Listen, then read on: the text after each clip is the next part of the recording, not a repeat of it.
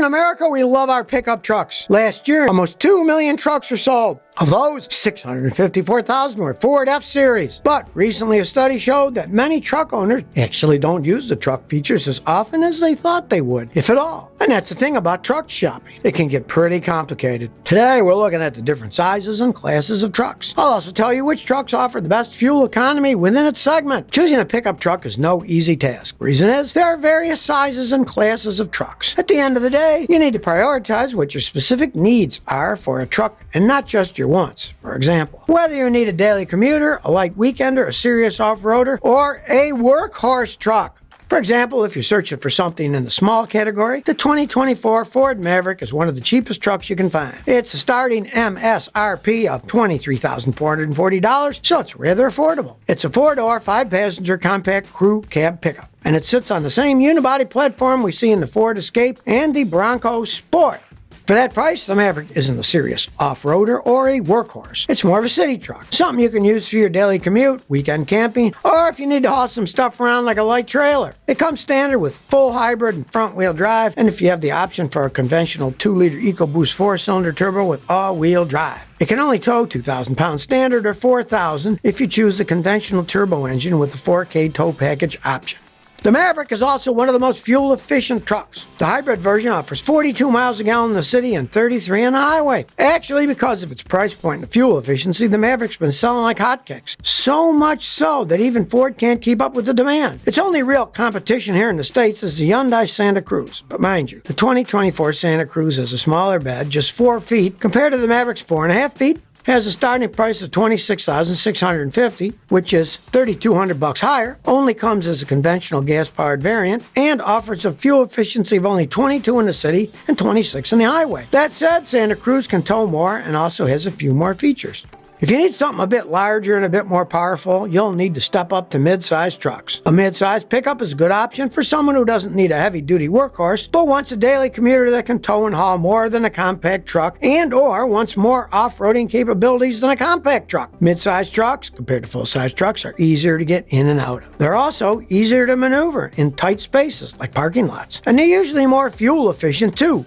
Think iconic names like Ford Ranger, for example. The 2024 model is a complete redesign. The exterior styling is now closer to the F-150, especially the front end. The base model comes with a 2.3 inline 4 turbo that outputs 270 horsepower and has a starting price of $32,565. The Ranger is larger than the Maverick with a 5-foot bed, for example, and it's built on a more traditional pickup truck chassis, so to give you better off-roading capabilities. Plus, its tow package allows it to pull up to 7,500 pounds. Its estimated fuel efficiency is 19 in the city and 29 on the highway, depending on the configuration. You can compare that to the 2024 Chevy Colorado, which is a smaller sibling of the Silverado. This is the new generation of the Colorado with an estimated starting price around $31,000 for the 4-door cab with a 5-foot bed. Chevy nixed the V6 and diesel options and replaced it with the Turbo Max engine, which outputs 430 pound-feet of torque. It'll tow up to 7,700 pounds, which is the most towing capability in the midsize segment. Fuel economy is said to be 20 in the city and 25 on the highway. For its rear-wheel drive models in 19 and 23, respectively, for the 4-wheel drive versions.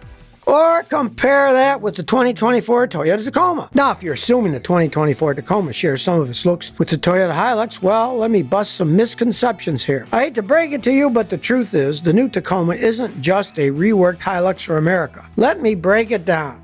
Let's start with the skeleton. And by that, I mean the platform it's built on. The 2024 Tacoma shares the same TNGA-F platform which we see in the current Tundra and Sequoia and the new Lexus LX. Basically, it's a box steel ladder frame. And because of it, the new Tacoma rides on a longer wheelbase, like 4 inches longer, although the overall truck length remains more or less the same as before. But overall, this means the new Tacoma should feel lighter and have a better ride quality than the previous models.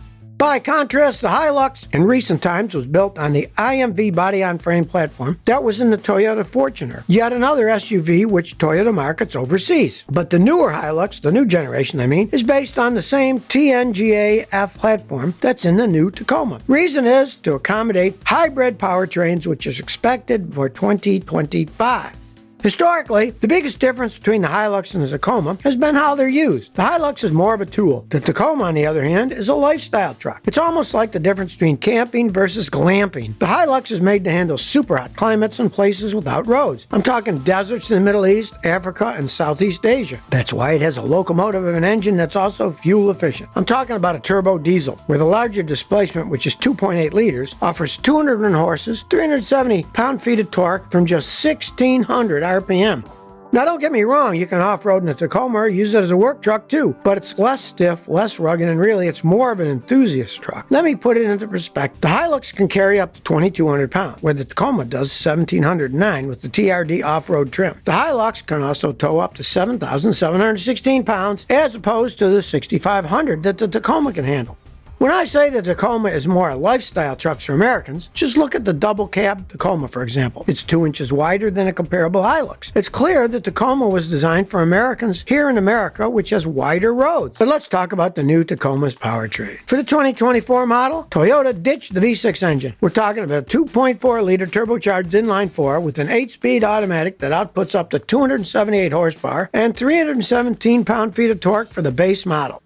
To put that in perspective, that's more horses than the 2024 Ford Ranger or Chevy Colorado base models. The Ranger has a 2.3-liter EcoBoost that produces 270 horsepower and 310 pound-feet of torque, whereas the Chevy Colorado, which was fully redesigned for this year's 2023 model, offers a 2.7-liter inline-4 that starts out at 237 horsepower for the base model.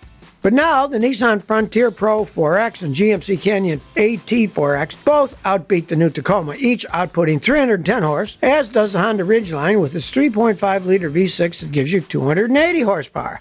That said, the 2024 Tacoma available is a hybrid version that outputs 326 horses and 465 pound-feet of torque. And the hybrid version is only beaten by the Ford Ranger Raptor, which outputs 405 horses because of its twin-turbo 3-liter V6 engine. By the way, speaking of the hybrid system, here's the big question that might blow your mind. So it has a combustion engine, but it also has a battery and electric motor. So how deep can the hybrid wade through water? Can it go as deep as the gas-powered version or previous version Tacoma? Can it survive a water crossing?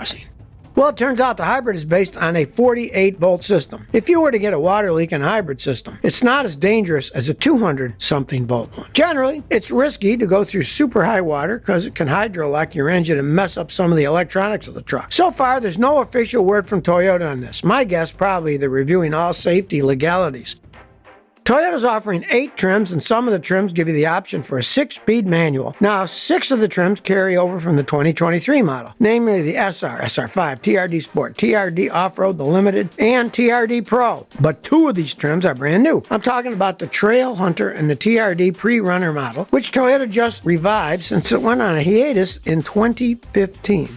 The Trail Hunter is a factory-built overlanding vehicle for Americans who seek adventure travel. Toyota designed it to be an adventure-ready and camping-ready. It was designed in-house by Toyota engineers. The Trail Hunter trim and the upper trims come with multi-link coil spring rear suspension, whereas lower trims come with leaf springs. The Trail Hunter features integrated scene lights. Basically, they're thin rectangular light units on the black trim, and this trim is ready to support any auxiliary lighting system. If you want to install it because it's pre-wired for accessories that you can control by 3 toggle switches on the dash. The Trail Hunter also comes with a high-mounted air intake on the passenger side A-pillar, in case you're inclined to cross high water. By the way, off-roaders like to refer to the raised air intake as a snorkel. But legally, Toyota doesn't call it because they don't want to be held liable if trucks are submerged underwater, and obviously, Toyota doesn't want customers to sue them or claim a warranty.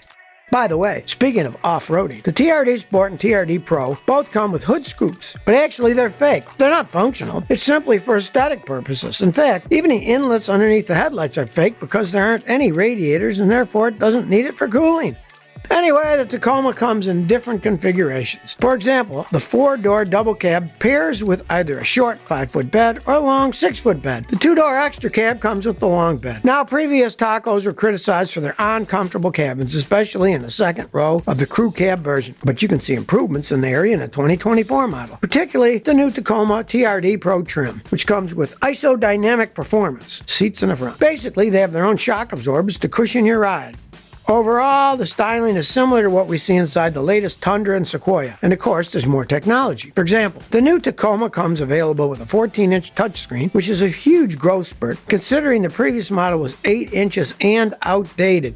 And now, this is where the fun starts. Toyota hit some fun Easter eggs in the new Tacoma. First, think of Taco Mountains. No, not that. I'm talking about this. It's a teeny tiny hidden mountain range. You might have to squint to find it, but it's on the Tacoma's front windshield. Really, it's a fun and fitting design element, considering the truck gets its name from the city of Tacoma, Washington State, which has a mountainous skyline. Here's another one. Check out the left headlight's mounting point to the truck's body. You'll see some small numbers stamped on with the digits 46.853 and negative 121.76. Those numbers are something that most people relic, ignore, or assume they're just parts numbers. But actually, those aren't random numbers. These are the coordinates to the summit of Mount Rainier, which is a large active volcano about 70 miles southeast of the city of Tacoma. Or check on the side of the dash when you open the door. You'll see some dots and you might think those are random pinholes. But actually, it's the Morse code that says accessory ready. If you're wondering what all that means, well, Toyota says there are QR codes on different areas of the dash panel. Basically, if you want to modify certain things of the truck, you can scan the QR codes on your smartphone and it'll take you to a website with dimensions to print 3D accessories like a toolkit or a lantern, which you can then mount to the car. Especially if you're an off-roader, you'll probably want to modify your truck anyway, and Toyota wants to help make it easier. By the way, check out this hidden trick with the Tacoma taillights. So normally with full-size trucks, you get a power open, close function on the tailgate. But Toyota offers this as an option on the Tacoma, making the Tacoma the first midsize truck to offer this convenience. If you're an audiophile, you'll love the new Tacoma with a 10-speaker JBL sound system upgrade. It includes JBL Flex portable speakers that dock on the dash, but it can be removed so you can take it to your campsite, and it lasts up to 6 hours. The portable speaker will even survive after being submerged under 3 feet of water. By the way, there was a study done in 2019 among American truck owners. Turns out that 75% of truck owners use their trucks to tow just once a year. When I read that, it made me think, do most truck owners really need full-size trucks? 10 years ago, if you wanted a mid-size pickup, you only had 3 choices to choose from in the market. The Tacoma was one of them, and believe it or not, Toyota commanded 60% share in the mid-size pickup segment. Since then, other car makers have rolled out their version, and today there's 7 gas-powered pickups in the mid-size segment, and half of those brands have already announced redesigned pickups this year. Ford just unveiled its redesigned Ranger. GM has redesigned its Chevy Colorado and GMC Canyon. In fact, the midsize market has grown in the U.S. so much to the point that Toyota now owns 40% of the segment. Now, 40% is still a lot, but it's nowhere near the position Toyota used to hold. But now, if you need even more power and features for work, I'm talking a workhorse here, you'll need to step up to full-size category. Believe it or not, full-size trucks are more diverse than the midsize ones. This mainly comes down to the fact that most of them are offered in light-duty and heavy-duty variants. True, they're classified separately and have completely different capabilities, but automakers often share many parts and design cues between them. Here's the deal. The heavier the classification of the truck, the better the truck will be at towing and hauling. But there are trade-offs to that. Usually, the better the towing, the worse the ride quality becomes. Light-duty pickups are the more practical choice for most U.S. drivers, but it depends on your real need. The most popular truck in America is the Ford F-150. The thing is, you can choose from gas, hybrid, or all-electric powertrains. So you have more options to choose from. The 2023 base trim starts at $33,835 with max towing at 8,200 pounds and fuel economy of 19 miles a gallon in the city and 24 on the highway. If you go for a higher trim with the 3.5-liter EcoBoost V6, you can get up to 14,000 pounds of max towing. Now the most popular trim is the XLT Super Cab 5.5-foot box four-wheel drive. It comes with the 3.3-liter V6 four-wheel drive and starts at $54,445.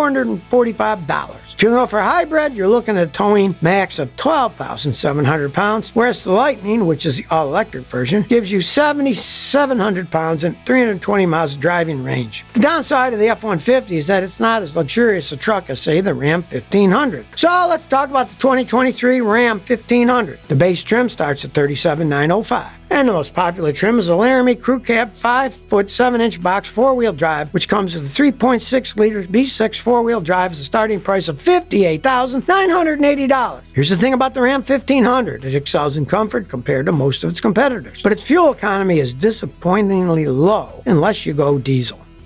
There's also the 2024 Toyota Tundra. For this model, Toyota dropped the V8, and the truck comes in a new iForce 3.4 twin-turbo V6, which actually offers more punch than the previous V8 on paper. Plus, there's the option for hybrid powertrain. The max towing capacity is 11,120 pounds. The base model offers 17 miles in the city and 22 on the highway. But here's the thing, when it comes to full-size pickups for work purposes, if you own the business NAD, you reimburse your workers for gas, then fuel economy is probably something you want to look at. But if you're the worker who's being reimbursed, then my guess is you and most workers probably aren't too concerned about that. Now, logically, it makes sense that bigger and heavier trucks will pull more weight and haul more cargo. There are other variables too, like axle ratios. Higher axle ratios mean higher tow ratings, for example. You also have gross vehicle weight ratings, or GVWR for short, and so forth. Now, automakers love to advertise the maximum capacity of their pickups, especially when it comes to heavy-duty ones. But here's the thing, 9 times out of 10, those ratings specifically apply to uncommon configurations and unconventional towing methods. What do I mean by that? Take the Ram 3500, for example. It can tow up to a whopping 37,090 pounds. But you gotta read the fine print. That towing capacity is only possible with a high-output 6.7-liter Cummins turbo diesel inline 6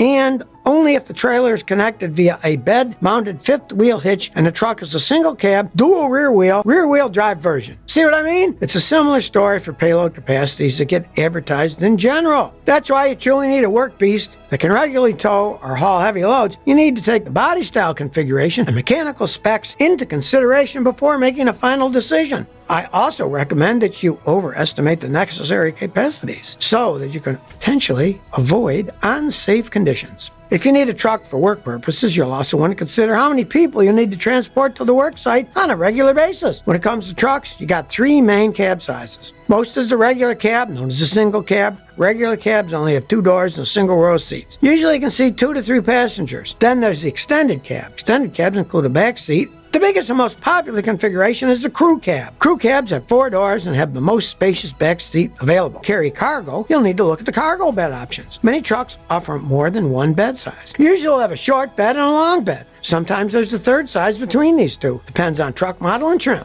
Typically, standard beds measure between 5 and 6.5 feet. Long beds come in a variety of sizes and can measure up to 8 feet. Say this 3 times fast. Pickup powertrain platter. Actually, this is important to your pickup. Currently, almost every truck currently on the market has 2 or more engine options. I'll bet some of you watching this video believe that real trucks are those with a V8 and a 4-wheel drive. And you're not alone. There's also the fact that not one single midsize truck is available with 8 cylinders. The fact is that all these different engine sizes and their accompanying transmissions, which are part of what's called the powertrain, can make the pickup truck buying process even more complicated than it already is. If you're looking at the most diverse choices, look at full-size light-duty trucks because they usually offer more powertrain options as well as trims. The general rule is that the smaller the engine, the better the fuel economy. The thing is, normally these engines have to work harder than larger engines to move the additional weight. That affects fuel economy if you're towing. So if you know that you're regularly towing a lot in your pickup, your best bet is to look at the more powerful engines as well as different diesel options that are offered on many models. This even applies to mid-sized trucks like the GMC Canyon. Diesel powertrains are one of the most expensive options, but they tend to be more fuel efficient and have substantial amounts of torque that make towing easier. The diesel engine versus gas debate is particularly noteworthy when it comes to heavy-duty trucks, which have fewer powertrain choices than their light-duty counterparts. Of course, cost of diesel fuel and other maintenance costs unique to these oil-burning engines have to be factored in too. But now you tell me what's your favorite truck and why. Please share by commenting below. If you like this video, please like, share, and subscribe. Thanks for your support.